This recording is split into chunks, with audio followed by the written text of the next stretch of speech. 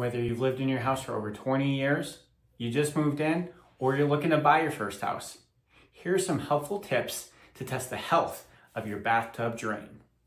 We're going to be testing how well your drain stopper holds water in, as well as to test to see if there might be any blockages down in the pipes below the drain. First thing we're going to want to do is fill up the bathtub.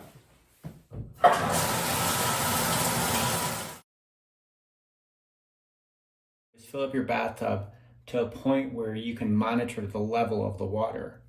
I chose right here.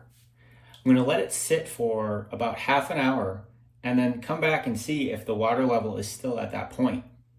Another thing you can check for is if you hear any leaking sounds from your drain stopper. That might indicate that it needs to be replaced and you're losing water. Once we have checked that the drain stopper is working properly, we're going to drain the tub and see if there's any blockages in the pipes. One sign to look for is if we see bubbles coming up. That might signal that there's a blockage in the drain that might need to be cleared out.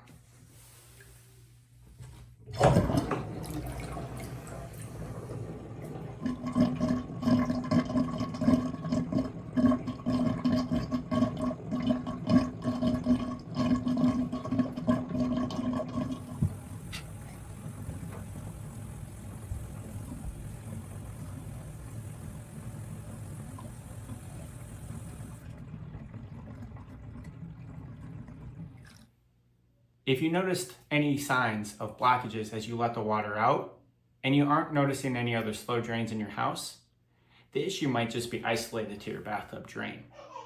However, if you're noticing other drains in your house are moving slowly, it might be time to call in a professional. And call us at Dean's, because at Dean's, we do drains.